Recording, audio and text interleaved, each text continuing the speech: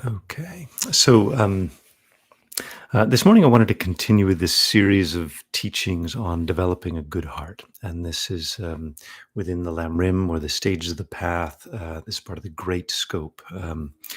The initial and the intermediate scope focus on how we can learn how to solve our own problems, learn how to develop the wisdom to solve our own problems, notice where our agitation, disturbed minds are arising from, changing our mind, our way of viewing things, and thus becoming free from our problems.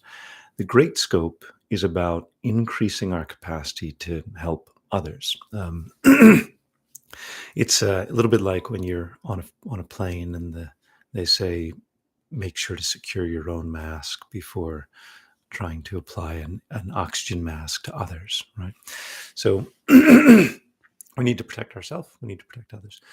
But even developing the motivation to protect others is not something that we can assume, because, of course, there's within our mind, there's a strong tendency towards what's called self-cherishing, a focus on our own, ourself as most important among all people, and our own happiness and freedom as most important amongst all happiness and freedom.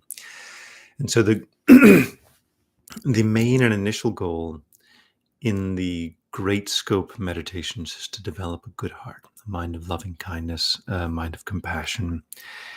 And with that good heart, of course, then to refine the wisdom and the skill that we need to help others. So there are five main meditations in the great scope on developing a good heart. And I described these previously, just summarizing again.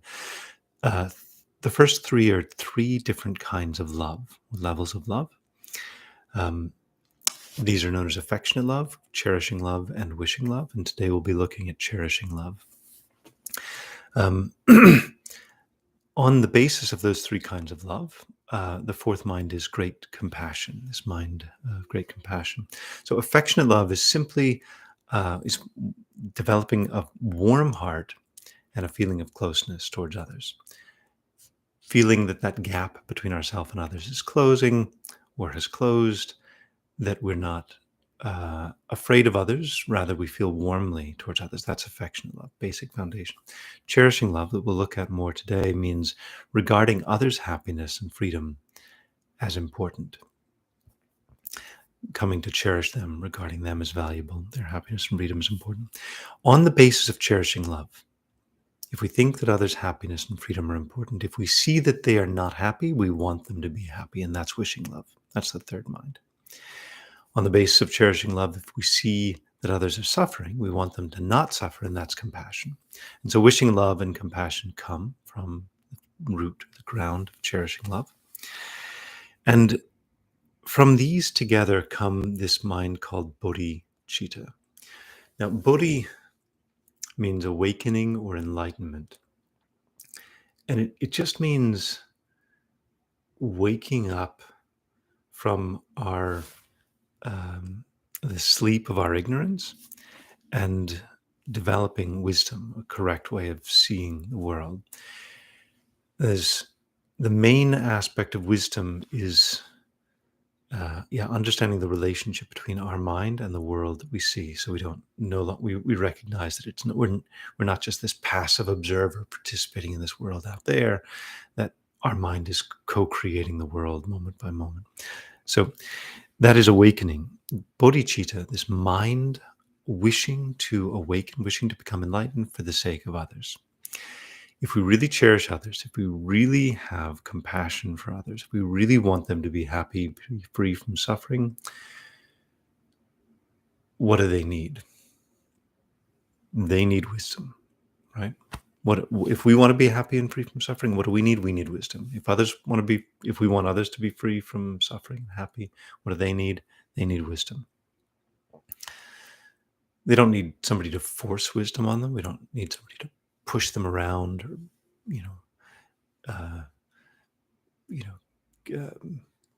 try to tell them that they're wrong and we're right or something like that. People don't need that, but they do need wisdom. And to gain wisdom, we do need to learn. And to learn, we need to come under the influence of those who have wisdom. And so Bodhicitta is the mind wishing to develop our own wisdom and skill to the utmost degree out of compassion for others, so we can be the best influence on the people around us, the people in our world. And this mind is really the essence of all of these other meditations. It all culminates in this wish to become the wisest, most peaceful, most skillful, most compassionate person we can for the sake of others. This is the supreme good heart. So to this mind of cherishing love, how do we develop this mind of cherishing love in meditation? Um, we can do some brief meditation here at the outset to settle our mind a bit, and then I'll explain in a bit more detail how we can develop this mind of cherishing love. So, in this meditation, this preliminary meditation that we'll do, as usual, we focus on our breathing and our body just to settle our mind. But then we'll shift a little bit from just focusing on our body and our breathing to focusing on our feelings. And the reason we come to focus on our feelings is so we can notice how concerned we are about our feelings. If you have any discomfort, we're concerned about that. We regard that as important. We want to get rid of that discomfort. If we have any pleasant feeling, we're concerned about that. We think it's great. We want to increase it. And we get to know our own feelings, because this is the root for developing the mind that values others and values their feelings as well. So, okay. So our meditation is our chance to still our mind, build our inner peace and focus. So we begin by finding a comfortable position with our back straight. We sit with our back straight to allow our body to expand, be open. It takes a little bit of strength to sit erect, but it is strength well spent.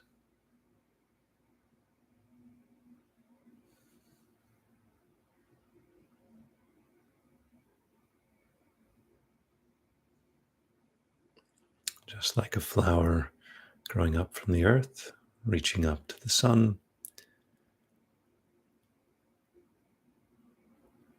we open up our body by holding our back straight, our arms held a little bit out from the sides, our hands, right palm on our left, resting in our lap, our thumbs gently touching at about the level of our navel.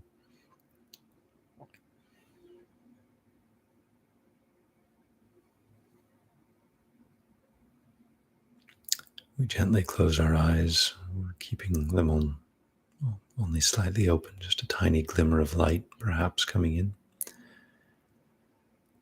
We put the tongue on the roof of our mouth, just behind our upper two teeth, our front two teeth. The tip of our tongue touching the roof of our mouth, just behind our front two teeth. We take a deep breath in and out.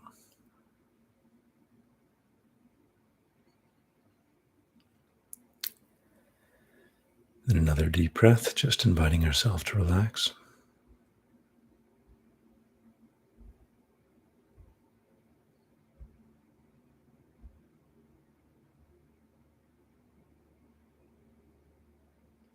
And then another breath, inviting ourselves, what is most important now?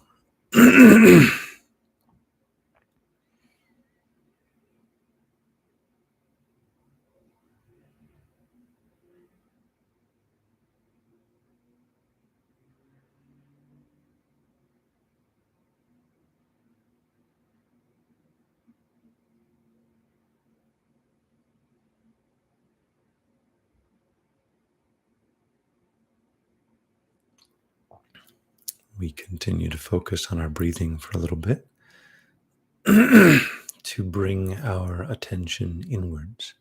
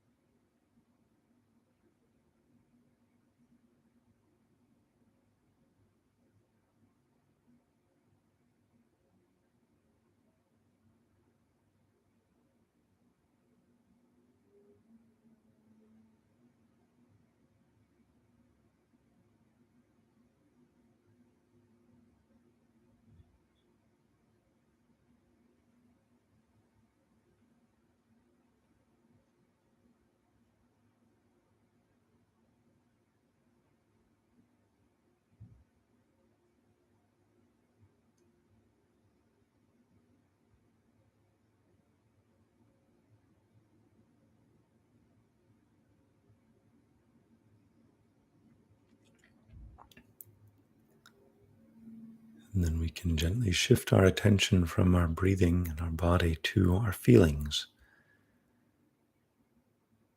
Feeling just means experiencing things as pleasant, unpleasant, or neutral. They can be bodily feelings, mental feelings. We just ask ourselves, what am I feeling right now? What feelings are arising?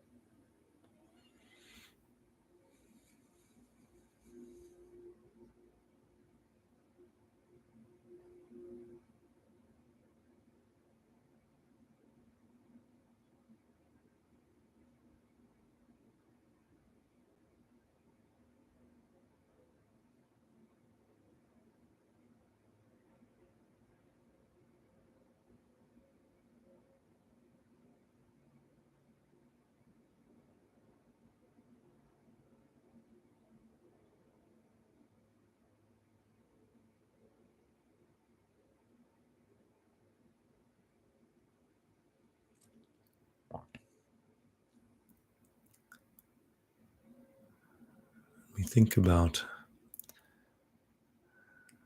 how important our feelings are to us. We will do, if we're in enough pain, we will do anything to get out of pain. If we're desperate enough to be happy, we will do anything to be happy. Just notice how important we consider our feelings to be. We will spend all our money trying to be happy, trying to be free from problems.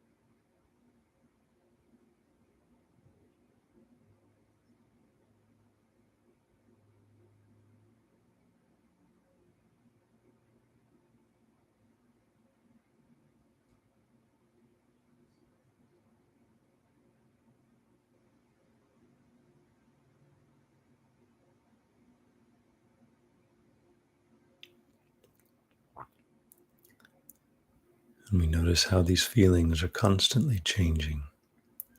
Even during this meditation, we feel different now than we did a few minutes ago.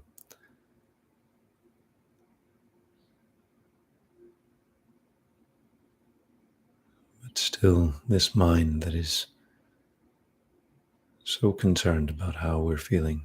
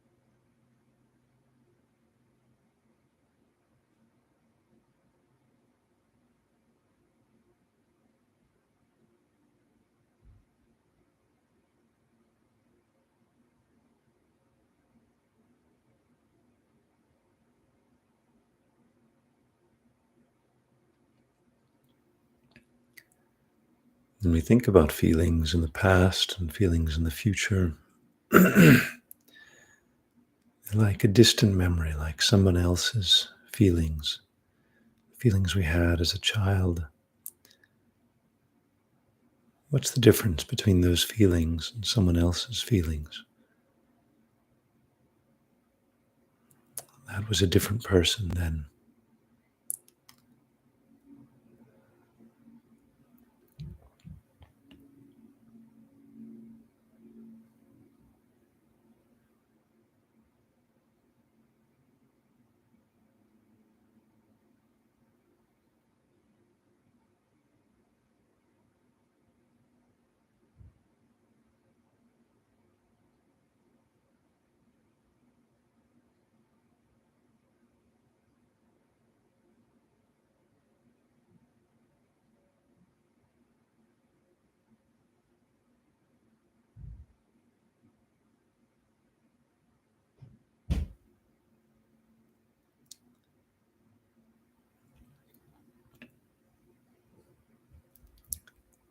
And then we generate a good motivation for our class today, wishing to use this time together to deepen our good heart, this mind of cherishing others.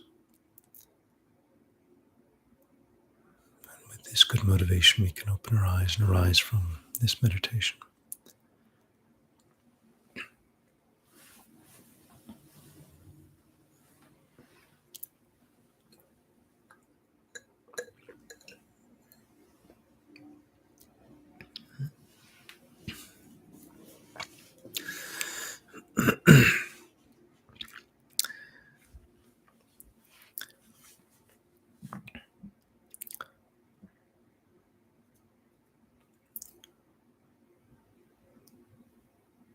The the essence of these teachings, there's two things that we need to be relying on. We rely upon ourselves, and we rely upon the teachings. Now, if we're going to rely upon that is to say, nobody else can give us spiritual realizations like giving somebody a present. Nobody else can, cleanse our bad habits like washing us with water. But this actually is a saying by Buddha. He said, "But I can lead you to liberation by revealing truth, by revealing teachings." And so it's just a sharing of knowledge that's happening. And that's what these spiritual teachings, we rely upon ourselves and our own effort, but we do need some knowledge. And the first knowledge we need is, what are we? What is this self? If we want to rely upon ourselves, you have to know what it is, right? And so you've heard a lot about mindfulness. People talk about mindfulness. What are we talking about when we talk about mindfulness? We're talking about looking at what actually is going on inside us. Like what is it that we consider to be ourself? Because when we talk, we just say, I want this, I did this, I think this, I look like this, I experienced that.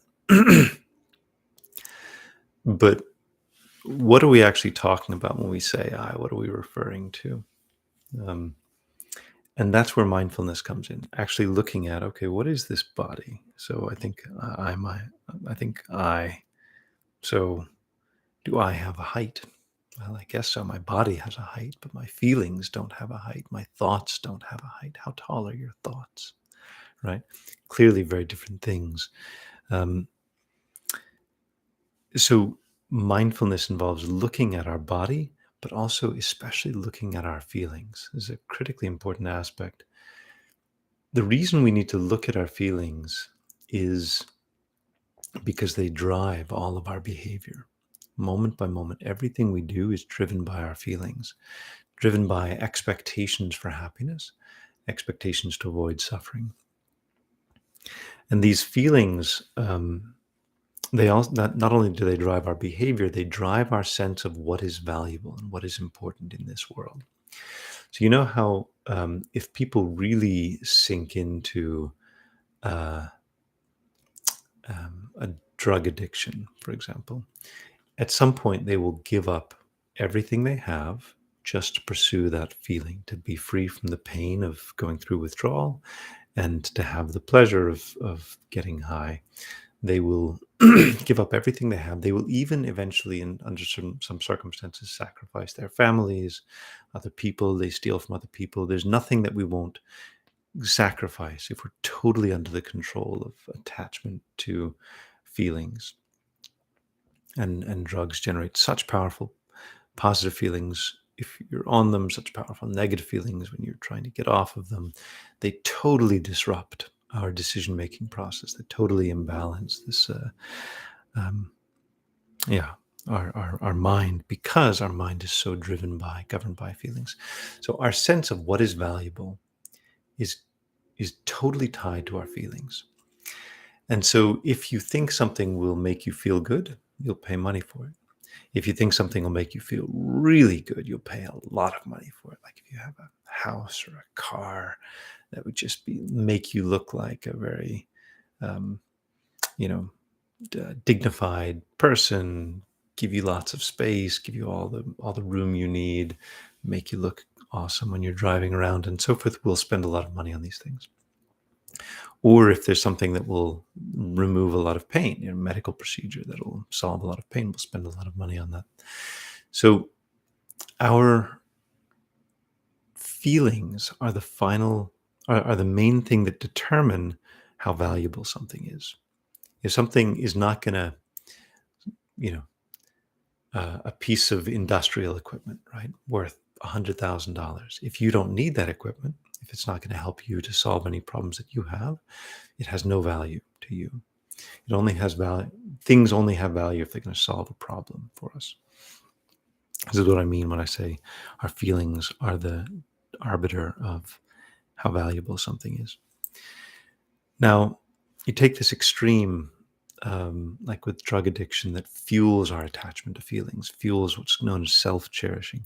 Self-cherishing is the mind that regards only ourself as valuable, regards only our happiness as valuable, regards only our freedom as valuable, our freedom from suffering as valuable.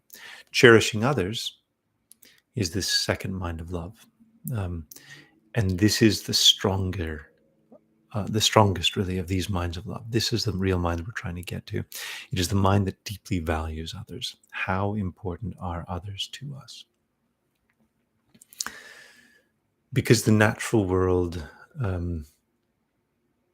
doesn't have a price tag on preserving the natural world. There's no economic value for human beings until you cut down a tree. A tree has no economic value for human beings normally unless you cut it down and convert it into wood.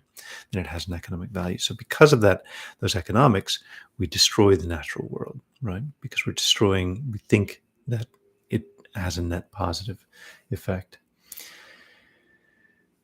Similarly, our speech may destroy relationships with others if we don't really value those people. Our actions may cause harm to others if we don't value them. So our task in developing a good heart is to learn how to value others, to learn to cherish others. This is the number one thing we can do to improve our relationships, is to cherish others. This is the number one thing we can do to solve our own problems, is to cherish others. Most of our problems come because of our obsessive self-concern, because we're so worried about our own feelings. We think that's the main thing that matters. We'll do anything to be free from our problems and to have happiness. If you start to cherish others, it leaves less space in your mind to cherish yourself, and your mind will remain much more peaceful and balanced. And so cherishing others, thinking about their well-being, what can we do to help them?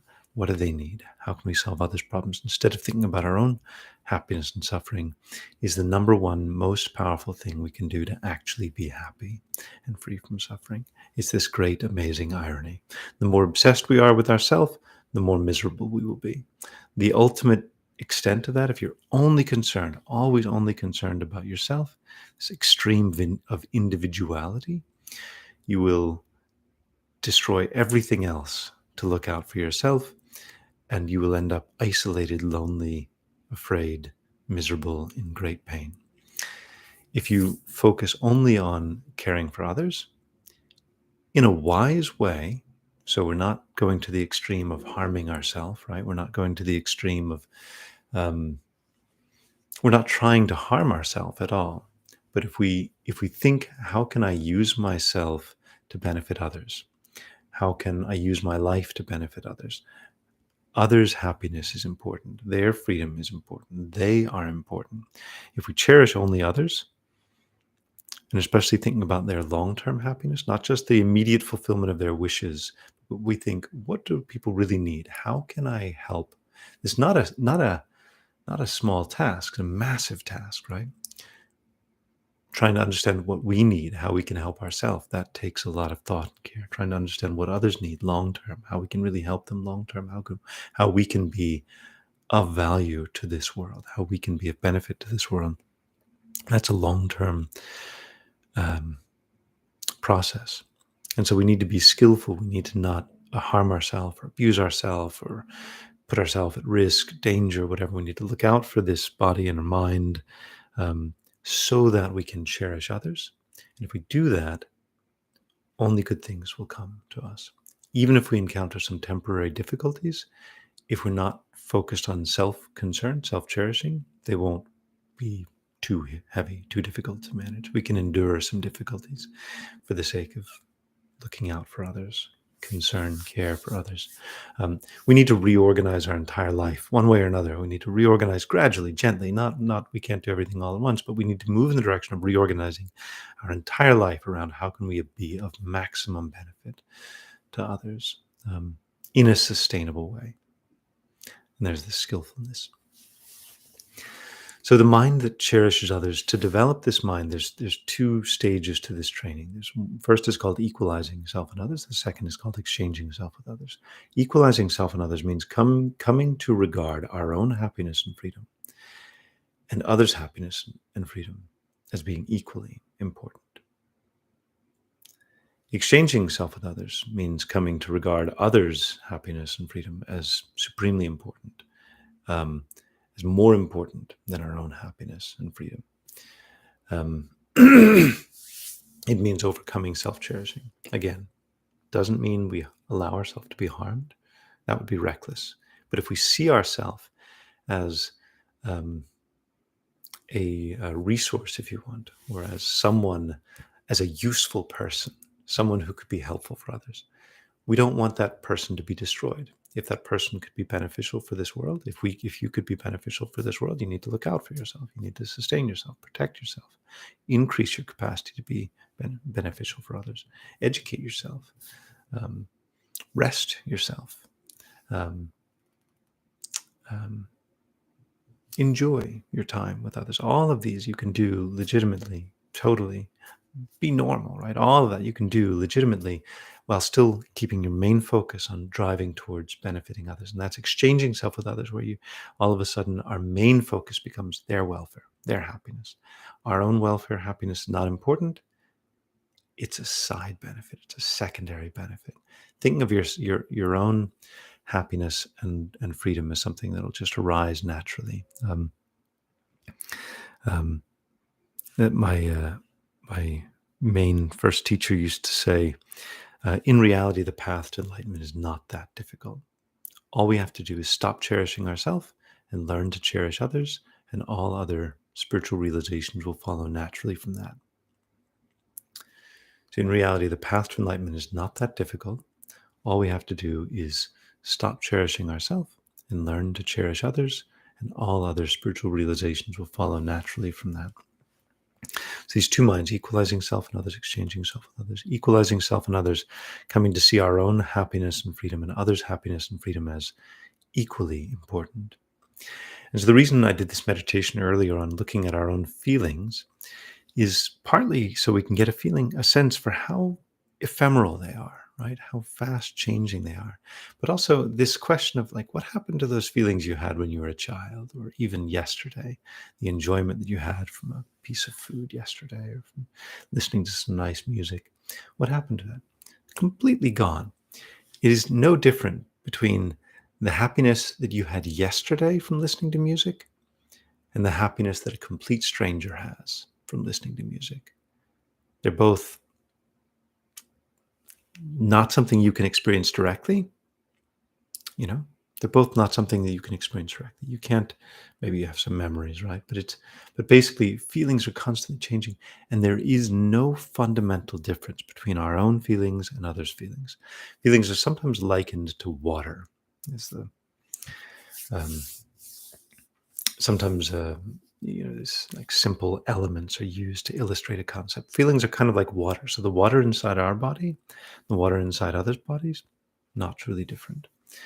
2 drops of water, when they come in contact, they connect. They become one bigger drop of water. Many drops of water, when they touch, they all collect. Humans collect around feelings. We gather around feelings. We're influenced by others' feelings. What people like will often take on what they like and adopt it. What people dislike will often take on what they dislike. And this is how cultures form. Cultures form and groups form by people adopting each other's feelings, coming to develop similar feelings about things.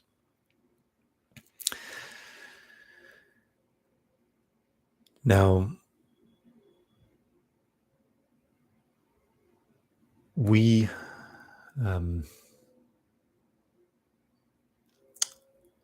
are very much products of the society that we grew up in. We have similar feelings about things to our parents and friends and so forth.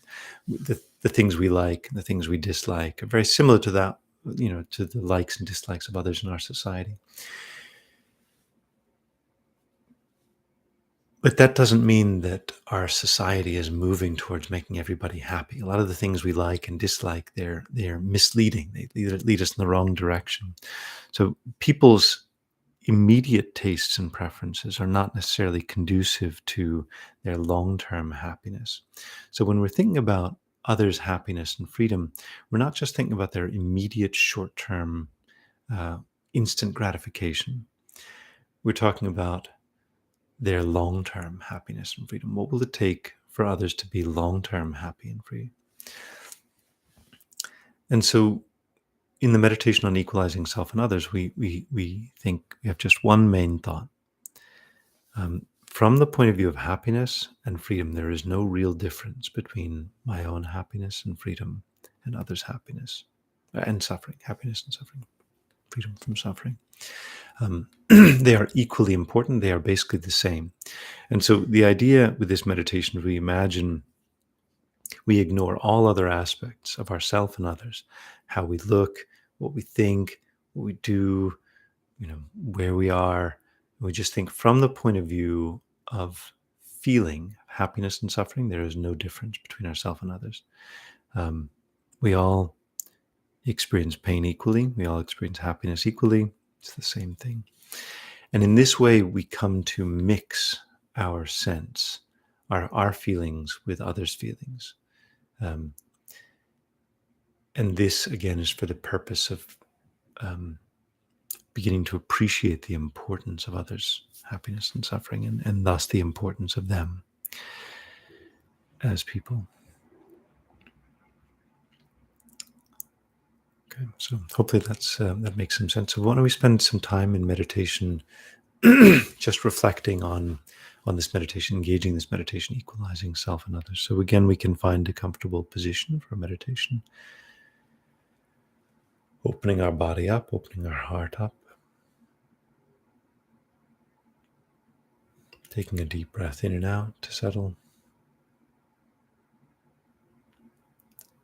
And returning to the sense of feeling, we can think from the point of view of wishing to be happy and wishing to be free from suffering. There is not even the slightest difference between myself and others.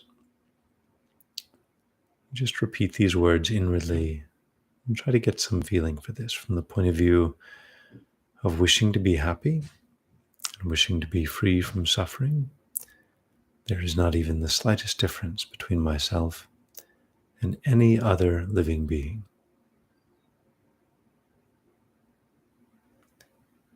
From the point of view of wishing to be happy and wishing to be free from suffering, there is not even the slightest difference between myself and any other living being. We are all equal.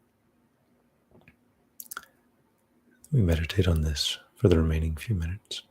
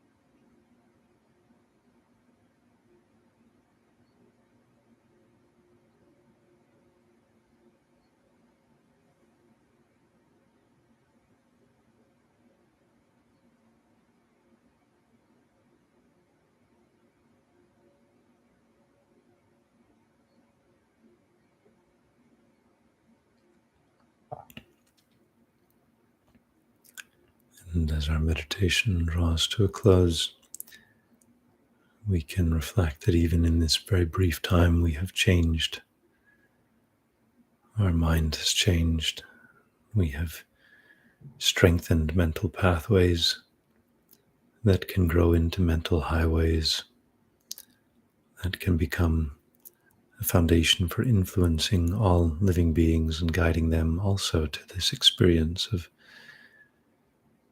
developing a good heart,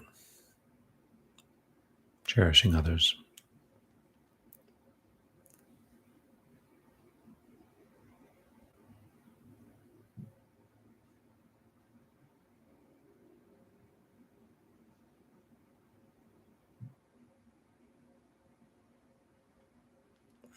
And we make a decision that when we're out of meditation, to carry this mind that cherishes others and allow it to influence all of our thoughts, speech, and actions, allowing every single action that we do in every moment of our life to be guided by this profound concern for others, their happiness and freedom. Not worried about the temporary, small happiness and freedom, focused on their long-term happiness and freedom.